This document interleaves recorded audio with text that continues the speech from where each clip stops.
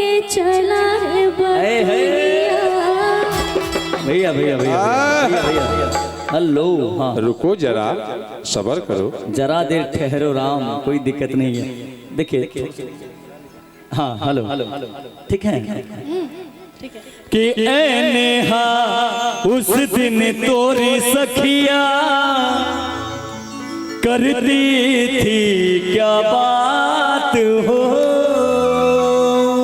कहती थी तोरे साथ चलन को साथ आ गए हम तोरे साथ हो, के साथ अधूरा तब तक जब तक के साथ अधूरा तब तक जब तक पूरे न हो फेरे साथ हो।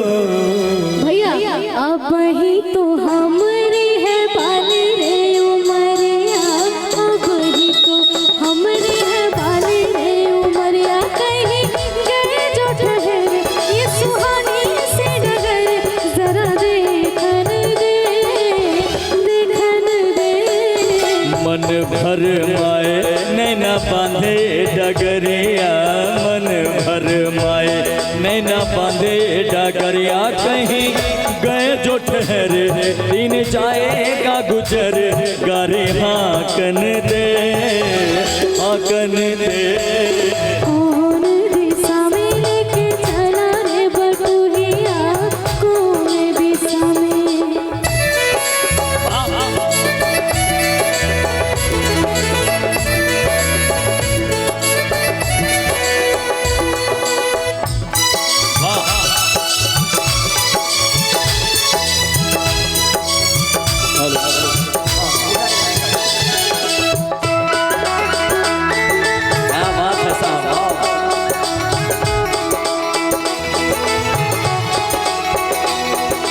आप लोग थोड़ा थोड़ा पीछे आ जाइए।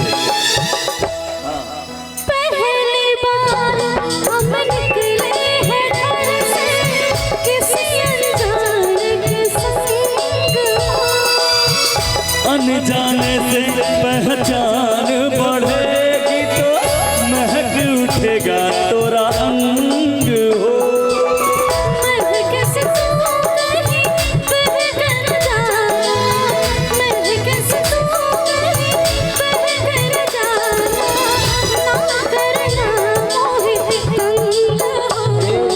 तंग करने का तो से नाता है गुजरिया, तंग करने का तो से नाता है गुजरिया, कहीं गए जो ठहरे दिन जाएगा गुजर, गारे हाकन दे हाकन दे। कौन दिशा में लेके चला रे बटुहिया, कौन दिशा में। क्या बात है, आगे आ जाए, बिल्कुल आ रही है।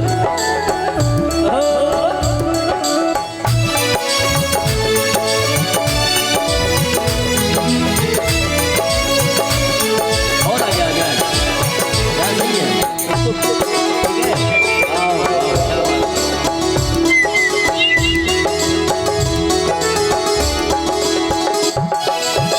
कितनी दूर अब कितनी दूर है चंदन तोरा गाँव, जितना अपना लगने लगे जब कोई बुलाए लेके नाम हो, नाम न ले तो क्या कह के बुलाए, नाम न ले तो क्या कह के बुलाए, कैसे कराए काम हो। साथी मितवा या अनारे कहो गुरिया, साथी मितवा या अनारे कहो गुरिया, कहीं गए जो ठहरे दिन जाएगा गुजर, गारी हाकन दे हाकन दे। कौन दिशा में लेके चला रे बटुहिया, कौन दिशा में लेके चला रे बटुहिया, कौन दिशा में लेके चला रे बटुहिया, कौन दिशा भोजपुरी हो। एनर्जी वाला